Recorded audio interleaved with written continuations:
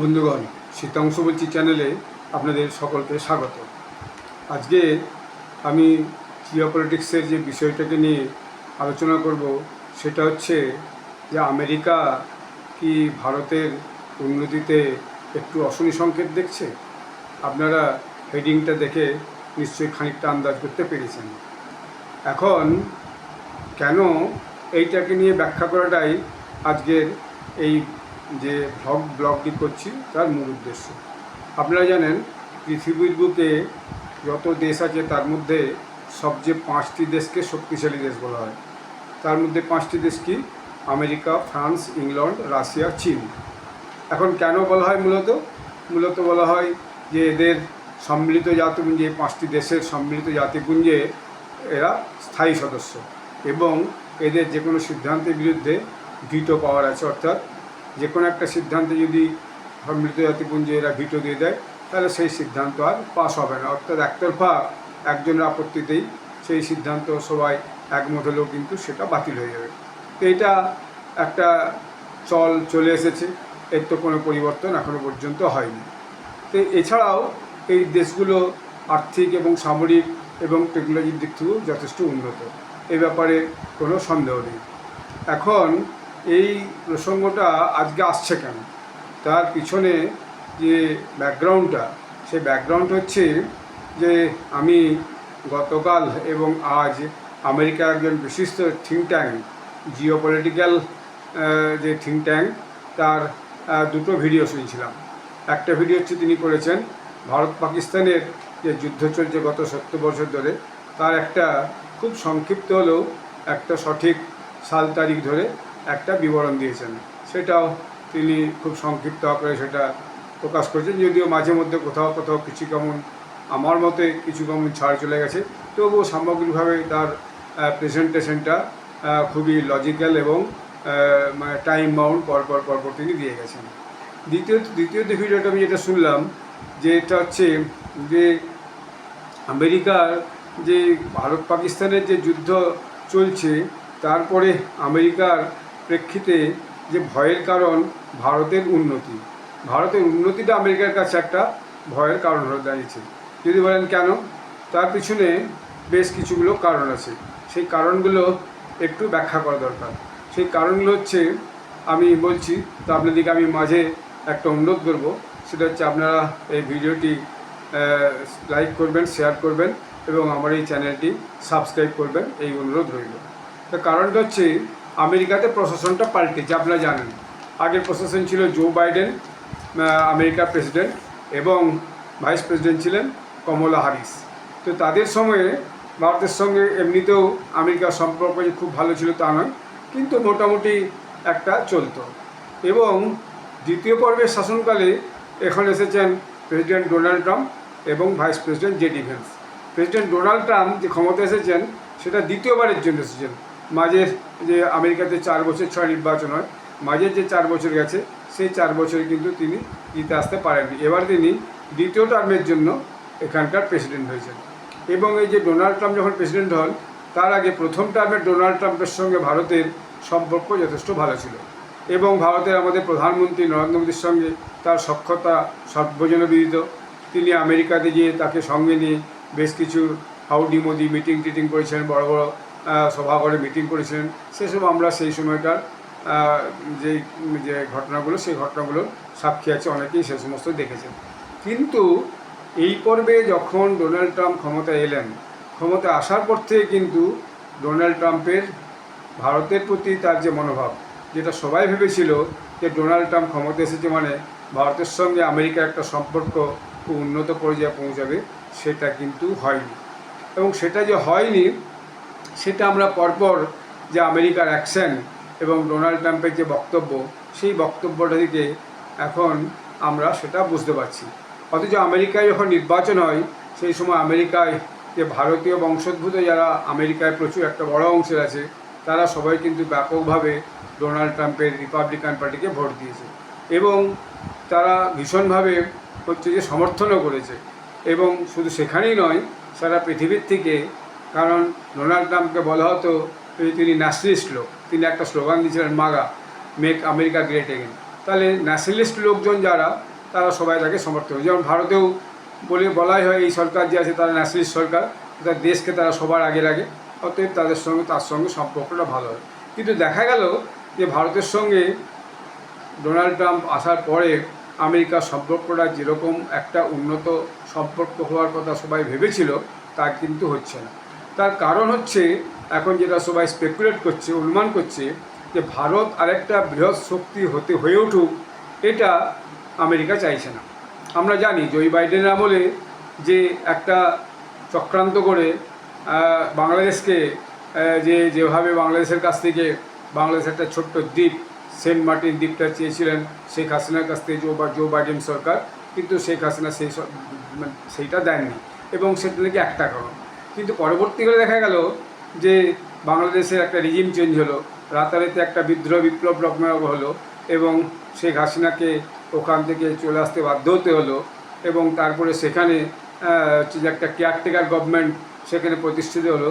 যেই গভর্নমেন্ট আসার পর বাংলাদেশের অবস্থা দিনের পর দিন অত্যন্ত খারাপ হচ্ছে। সেখানে ধর্মীয় সংখ্যালঘুদিকের উপর অত্যাচার চলছে, আর্থিকভাবে ভীষণ খারাপ অবস্থায় পৌঁছেছে, প্রোডাকশান খুব কমে গেছে, এক্সপোর্ট অনেক কমে গেছে। এরকম একটা অবস্থায় বাংলাদেশে একটা ভয়ানক অস্থিরতা চলছে এবং বাংলাদেশে মিলিটারির সঙ্গে যে তদারকি সরকার তাদের একটা ক্রমাগত টেনশন চলেছে। যে বাংলাদেশ আজকে আলোচনার বিষয় নয়, সেটা পরে কোনো সময় আলোচনা করব। যাই হোক, যেটা হচ্ছে যে আমেরিকা ভারতকে একটা বড় শক্তি হিসাবে দেখতে চাইছে না, কারণ প্রেসিডেন্ট ডোনাল্ড ট্রাম্প যে সমস্ত বক্তব্য মাঝে রাখছেন বা যে ধরনের অ্যাকশন নিচ্ছেন সেটার থেকে সেটা বোঝা যায়। এখন আমেরিকার যে সমস্ত প্রশাসন, সেই সমস্ত প্রশাসনে অনেকগুলো শক্তি কেন্দ্র আছে বলা হয়। প্রথম হচ্ছে একটা হচ্ছে প্রেসিডেন্টের ওভাল অফিস, যেটা হোয়াইট হাউস, সেটা শক্তির মূল কেন্দ্র। সেখান থেকে যাবতীয় সিদ্ধান্ত হয়, সমস্ত রকমের নোটিশ ফোটিশ হয় এবং প্রেসিডেন্ট সই করলেই সেটা আইনে পরিণত হয়ে যায়। দ্বিতীয়ত হচ্ছে ওখানে ডিপ স্টেট আছে বলে, ডিপ স্টেট মানে যারা ওখানকার খুব বড় বড় ব্যবসাদার, যারা ওখানকার সরকারটাকে পরোক্ষে পরিচালনা করেন এবং তাদের স্বার্থ নিয়েই তারা এই পরিচালনাটা করতে থাকেন। এবং তারপরে আরেকটা হচ্ছে পেন্টাগন, সেটা হচ্ছে মূলত একটা অন্য অফিস, সেখান থেকে বিভিন্ন সামরিক দিকগুলো দেখা হয়।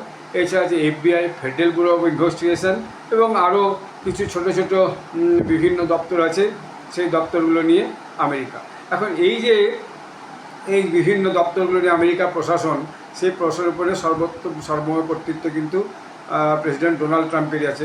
কিন্তু তিনি সবসময় যে শব্দের উপর খুব অতিরিক্ত খুব ভালো করে নিয়ন্ত্রণ করতে পারছেন, সেটা তিনি পাচ্ছেন বলে এই মুহূর্তে মনে হচ্ছে না যেন তার বিভিন্ন সংস্থা বিভিন্নভাবে বোধহয় কাজ করছে এবং যদিও তিনি চেষ্টা করছেন সবগুলোকে এক করে নিয়ে চলার জন্য।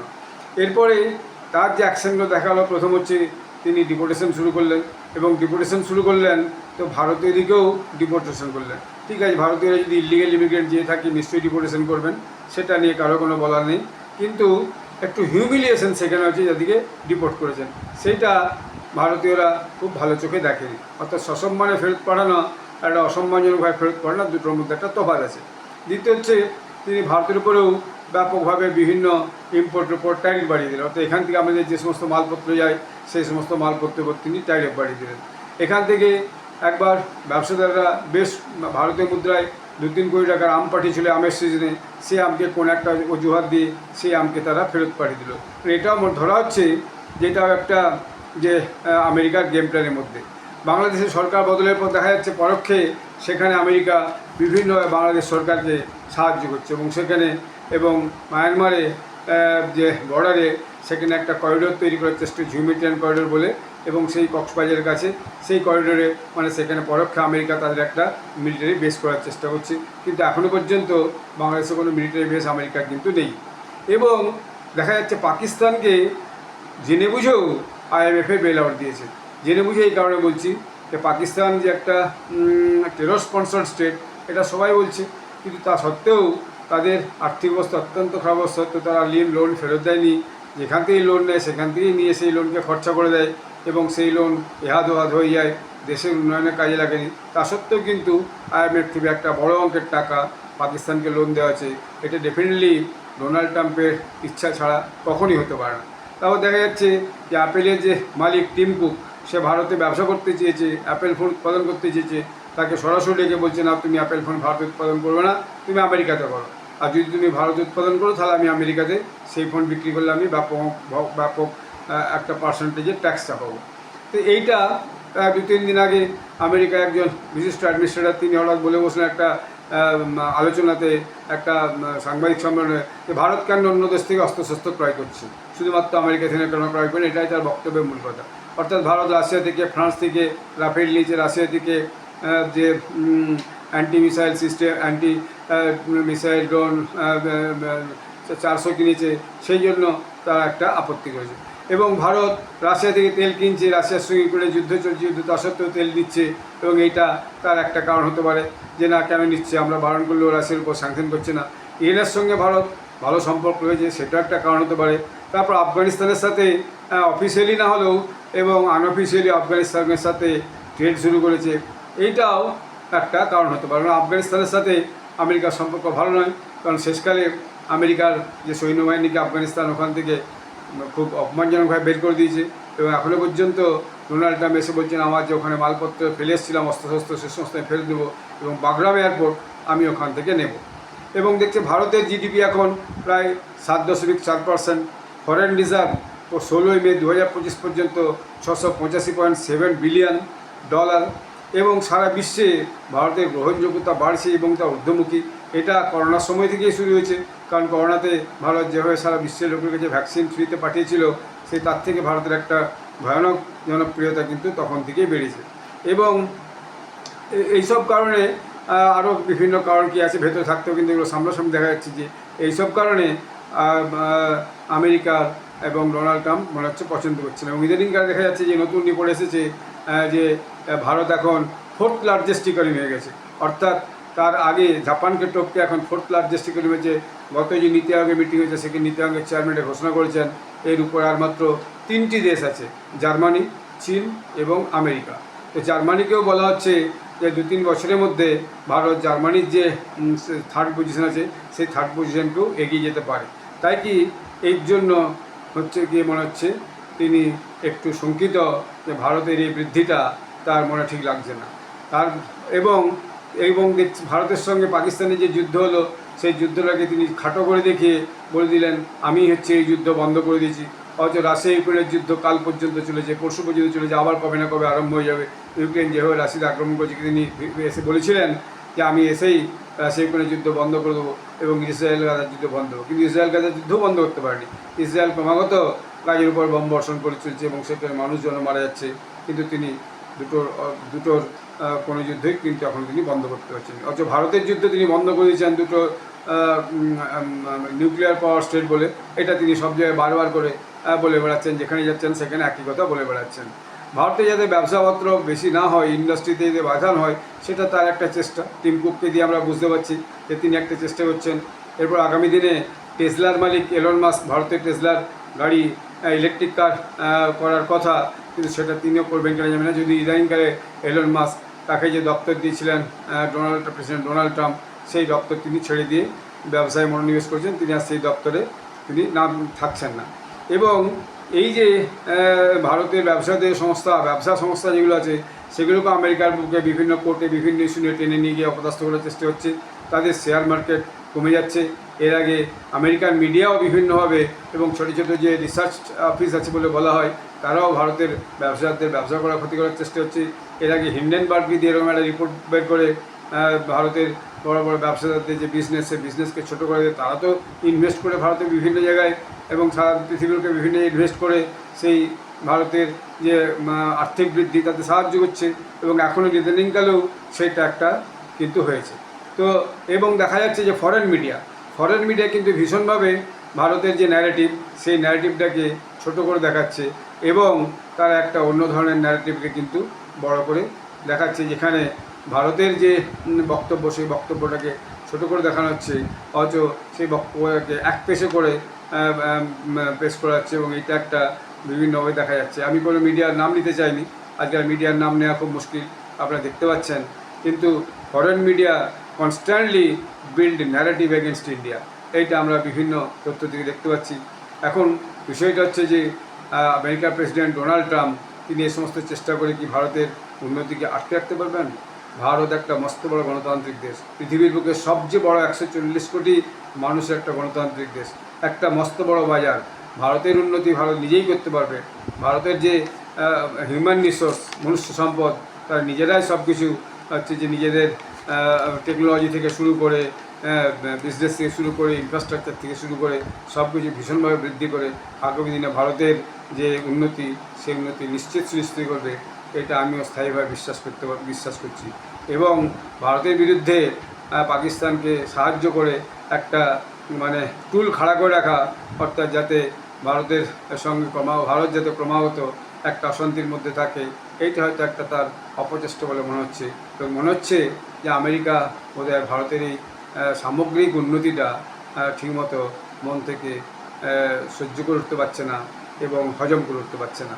তো যাই হোক, এই ব্লগটি করার জন্য, বক্তব্যটি আপনাদের কাছে রাখার জন্য আমি ভিডিওটি করলাম। আপনারা সবাই ভালো থাকবেন। নমস্কার, ধন্যবাদ।